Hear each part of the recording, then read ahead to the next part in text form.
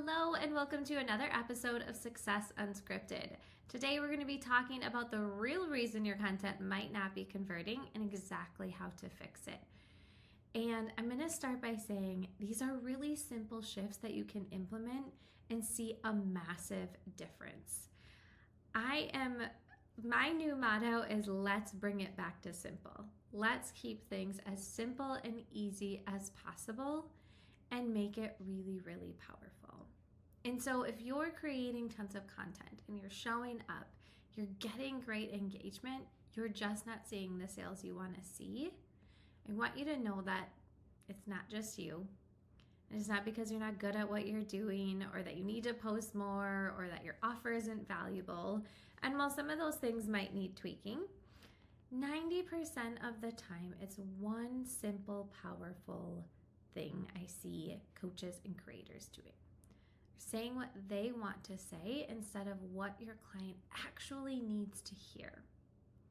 And once you fix that, you could start seeing more sales without changing anything about your funnel, your audience, or your strategy. So let's dig in. All right, you're in the right place. Listening to this, keep on listening. If you've built an engaged audience, whether it's on YouTube or your list has grown on your email platform or a podcast, but you're still struggling to turn that audience into buyers, or you're moving from one-on-one work into a group program or scalable offer and wondering why your messaging isn't bringing in the right people. Before it worked, you had a booked out business one-on-one and now the group seems like a little bit of a struggle. Or you're constantly feel like you're teaching, giving tons of value and showing up, but still hearing, I love your stuff, I'm just not ready yet. That's a painful one. So if you're nodding along, this training is made for you. Your content might be working against you, even if it feels really valuable, even if you're getting those great comments. Because a lot of times when we lead with too much education or general inspiration, it's easy to accidentally overwhelm our audience with information, to solve their problem a little too well for free so they don't actually need to come to you for anything else, meaning they don't need to pay you because you've given them everything for free, or leave them thinking that was nice and scroll on by. But here's what research tells us. Too much information actually leads to decision paralysis. When someone is overwhelmed, they're less likely to act, even when what you're offering is helpful. Think about yourself. I know for me as an entrepreneur, and I have terrible shiny object syndrome. Like, ooh, that looks good, and that looks good, and maybe I should try this, and maybe I should try that, and then I'm overwhelmed and I don't know what to do, right? And so that's part of the reason, take it back to simple. Keep it simple. Focus on one thing and move that forward. And so I think with all of the noise and everything going on today, it's easy to become overwhelmed because there's always more in our faces, literally on our screens. Do this or do that. But everyone has the way that they like to work, the way that they like to show up. And so when you can really hone that in your messaging and how you serve your people and the result that you can get them, and you're very specific and unique in the way that you position it, it is going to convert. And so you've always heard this before, a confused mind doesn't buy, or a confused mind always says no. And that's very true. But here's something that's also equally powerful. People don't buy just because they learn something. They buy because they feel seen, understood, and valued. They feel relieved because your message is reflecting what they're already thinking, what they're already trying to actively solve. You are bringing that emotional tie into it, right? You're using the words they use. And so if your message isn't reflecting what they're already thinking or what they're already trying to actively solve in the words that they say it, it's not going to hit. They'll smile, they'll say this is great, they'll love it, but they won't actually move. They won't actually take that next step.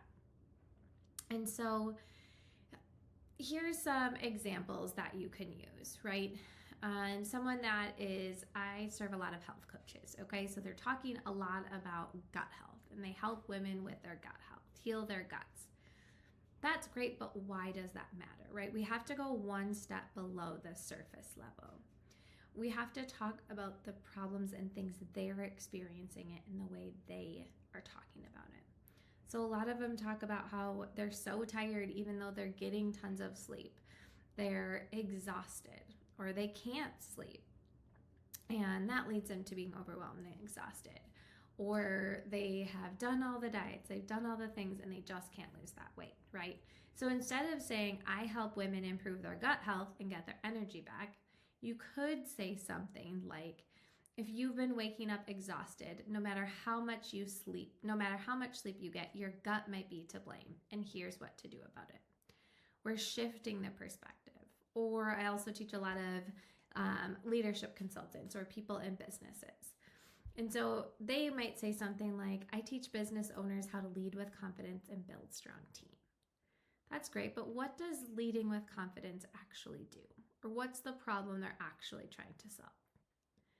You could try something like, you hired a team to take those things off your plate, but somehow you're still answering a million questions, redoing all the work, and wondering why things only run smoothly when you step in. The problem isn't your team, it might be a gap in leadership. And so many of times this is important because one is talking about you, but the other speaks directly to what they care about, the problem they're trying to solve right now. And when you make this shift, your message stops getting ignored and starts getting people to take action. And so I'm going to break it down with a little old way versus new way, or current way versus the new way you're going to be doing things after listening to this. Okay, so teaching for free, posting what you want to say, leading with value but without urgency, hoping your audience connects the dots. Now, I know nobody is doing that intentionally, but let's think of the new way to do it. Speaking to what your clients are already struggling with. What are they telling you they are struggling with? On your sales calls, in your discovery, in networking meetings, when you're talking to your friends in groups, what are the things they're actually saying? Then naming the specific problem they're trying to solve. We have to be, now more than ever, as specific and clear as you can possibly be. Talking about one specific problem and one desired result. Showing the cost of saying stuck and offering a simple, clear next step. And I want to go deeper into those, but for now, knowing these are the things that are going to help your messaging. Speaking to what your clients are struggling with, naming the specific problem they're trying to solve, showing the cost of staying stuck, and offering a simple, clear next step. Simple, simple, simple is what I want you to hear in this. Keep it as easy and as streamlined as you possibly can. You're not going to push away anybody. This is a common objection I hear when we talk about niching down. That I'm afraid that if I get too specific, I'm going to push people away who want to pay me. And I get it, but at the same time, you're actually pushing away more people by being too broad and too general. And now, with all the extra noise and all the things going on in our world, it's so important to be specific, to give them, here's the result that you're going to get. Here's the problem we are going to solve. Okay, so I could talk all day about that. We're going to move on. So I'm going to get the 3 mistakes. We're going to talk, kind of circle back to what we were talking about and dive a little bit deeper into each one. So the first mistake we talked about was talking about what you want to teach versus what your audience wants, right? Because I know you're passionate. You've learned a ton. You've probably taken all the certifications and all the courses and done the things, and you want to share everything you know. Because naturally, I'm assuming if you're listening to this, you are really here not just to make money, but to make a bigger impact, to help people, to make a difference. Those are the kind of people that I love to serve, and I'm guessing that's who you are. But unfortunately, people don't buy just because you're passionate. We're going back to they buy because you help them solve a problem they already know they have. And here is the psychological trap behind this, I guess you could say. When we are excited about our expertise, we tend to lead with what we find interesting. And we assume our audience is already thinking like we are. But buyers don't necessarily care about the full depth of your knowledge. Again, we go back to they care about solving the pain they're actively feeling today. When somebody goes to search on Google for something, they're getting really specific of what they're searching for because they know the problem, they know what they want to solve, but they're just not sure how to get there. And something isn't working. Okay, so the research in decision-making psychology shows that people are far more motivated to move away from pain than toward pleasure. And so loss aversion is real. The fear of staying stuck triggers action faster than the promise of something better. And then problem awareness is a critical buying stage. If someone doesn't feel their pain acutely, or if you don't remind them of it, they won't see the urgency to invest in solving from it. So a lot of times I hear coaches get so caught up in, I don't want to sound negative or depressing, or they already know the problems. But we have to remind them of it. And we can do it in a gentle way that isn't like that fake. We never want to feel like we're pressuring someone into something. But when I talk about this in a way to the coaches and the creators that I serve, they really know what they're doing, and they are really genuinely here to help that person become better, to help them become more healthy, to help them find their creative side, to help them do X, Y, Z. They are here to make their lives better in the way that they have, with the gifts that they have. And so by just stating where they are, the pains they're feeling, it's just pulling that emotion into it. And you're anchoring into the pain of their current situation, and also hitting that emotional moment that then moves them to act. And so the shift that to make, if you're not already doing this, start your message by meeting them in their pain, like we talked about before, about the problem they're actually trying to solve. What are they feeling? If they are, I always try to say, go one step below the surface level. And what are they really feeling? What is that problem causing for them? Describe it. Make them feel seen. Make them feel heard. Then walk them to the promise, the relief, the possibility, the better future. To meet them where they are and bring them to where they want to be. And your copy and messaging can do that. People can only want the solution after they feel the real weight of the problem. So an example could be, you'll gain the skills to confidently scale your business.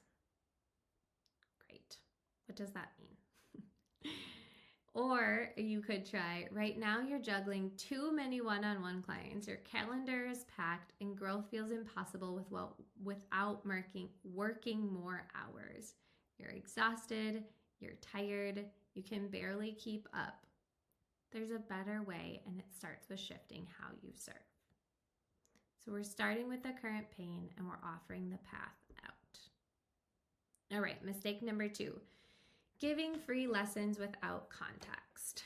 I know that I have been guilty of this, and it's okay. I love to give things away for free. I like to help people and have conversations and give as much value as I can. But I also know that what I am offering is valuable. And in order to make the impact in the world that I want to make, money is important, and we all have to make money. Otherwise, I'm not running a business. I have a hobby. That's what one of my clients who's a leadership coach and entrepreneur coach used to say. So anyways, moving past that, But especially for coaches, content creators, YouTubers, there's a huge pressure to be valuable, right? You're generous, you share tons of tutorials, tips, education. But sometimes if your free content teaches too much without framing that bigger journey, your audience will still stay stuck in learning mode, not buying mode. Again, you're giving them all that they need, and so they're just going to be coming back for that. They don't actually see the value in what you then have to offer them if they paid you, because you're already solving their problem. So research shows when people feel like that they've already learned enough, they mentally check a box and move on without realizing they need that deeper support. And it's called the illusion of progress, where consuming information gives a temporary feeling of improvement, but no real transformation happens. And so teaching without context can accidentally remove the urgency. And so if you teach a great tip like how to organize your client systems, but you don't explain why doing it wrong can keep them stuck or how fixing it leads to bigger success, you've missed the chance to connect the dots. And so always weaving that into your message, into your content is going to be real important. And so they'll leave thinking, oh, that's a cool tip, instead of, I need help fixing this right now. So you see the shift there. We're not just giving information, we're giving insight, framing why it matters, showing the cost of staying stuck, speaking to the gap that's missing, the place they can't get to alone, the place they need you for support. So instead of giving, here's an example, instead of just giving a tutorial and here's how to set up a new client onboarding system. If your onboarding system is messy, you're silently losing referrals, frustrating new clients, and setting yourself up for retention issues. You're pushing people away without even knowing it, leaving thousands of dollars on the table. Here's how to fix it and why it's critical to your long-term growth.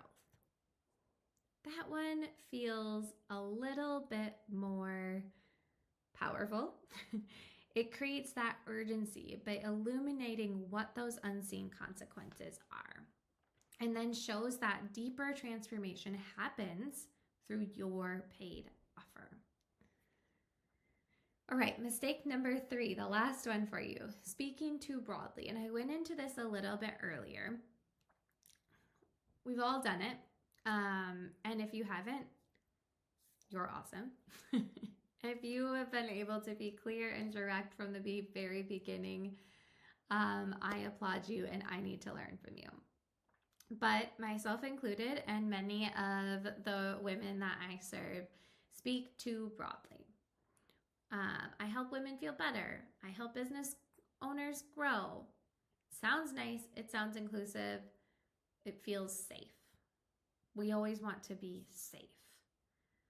But when you're too vague, you're invisible. And research confirms that specificity is directly linked to increased trust and conversion. When your audience hears the exact struggle or goal described in their own language, they experience what's called self-relevance activation, and that's from neuromarketing research. Their brain lights up and said, this is about me. And when someone feels personally seen, their trust in you skyrockets, because you're not just another voice, you're their voice. And so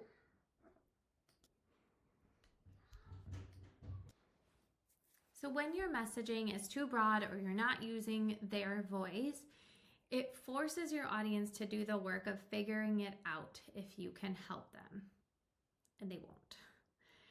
It probably feels generic, not tailored enough. And that true trust comes when people feel understood, when there's that emotional attachment to it. And broad messaging can fail to differentiate you from someone else, from everyone else. And I had mentioned that before. The online space is crazy right now. It is noisy and it's only going to keep growing. And so the more dialed in your message is, the stronger it is going to be. The more it's going to make you stand out from everyone else. And so that shift that you can make here is just get ruthlessly specific. Call out the exact stage they're in, the problem they're facing, and the desire they're chasing. So like I had mentioned before, instead of I help coaches grow their business, I help established coaches who are stuck doing only one-on-one work build simple group programs with one simple funnel and one clear message so they can scale their income and their impact without overwhelm and burning out. Told you who it's for: established coaches, where they're stuck, and the promise. So there's no guessing there, no ambiguity. The right person feels it in their bones. This is for me. So if you can just fix these 3 things, I can almost guarantee that your content is going to start doing more of the heavy lifting. And it's not because you're doing any more posting, you're being any louder, but you're finally speaking to the moment your audience is living right now. You meet them in your pain, you create urgency with insight, and you show them exactly how you help them solve what's keeping them stuck. And that's what can turn those passive lurkers, those freebie seekers, into active buyers. And it all starts with one shift. Make your messaging about them, not just about what you want to teach. So if nothing else, here's the belief that I want you to walk away with today. Before you start thinking about the new content or trying to show up more, post more, look at the content you already have. How can you make simple shifts, the shifts I just talked about, on your website, your sales pages, your email sequences? Make those shifts and reshare it with the people in your audience. Test it out with the people in your audience already. They're there for a reason. They want to hear from you. They may just not have had the right nudge to say, this is for me. And so when you make that shift, it all gets a little bit easier. It starts converting. People start investing. You stop wondering what to post because you're anchored in their reality, not just your ideas. You're getting real feedback from them that prompts you for your next piece of content, for your next post, for your next email. But just take one slice of those things at a time, right? Keep it simple. Start with the first mistake. What stage are they in? What problem are they facing? What are they saying they want? And how can you update that message on your website? Once you've done that, how can you update it in your welcome sequence? Once you've done that, how can you update it in your sales page? Because all roads are leading to working with you. So make sure all content leads to working with you. So imagine this with me. Your emails start getting replies that say, I didn't know how much I needed this. How can I sign up? Can I start tomorrow? You're filling your group offer with just emails, no extra reels, no videos on social. Because your words are doing the work for you. You're building trust. You're connecting on an emotional level. You're talking about the results that they want to achieve and that you can help them get there. So, take what you learned today, make these shifts, and then please reach out and let me know what's happening for you. The shifts you're starting to see, the programs you're starting to fill. I cannot wait to hear how this helps you. And if you're ready to make this shift and you want a little support, I am always here for you. Thank you so much.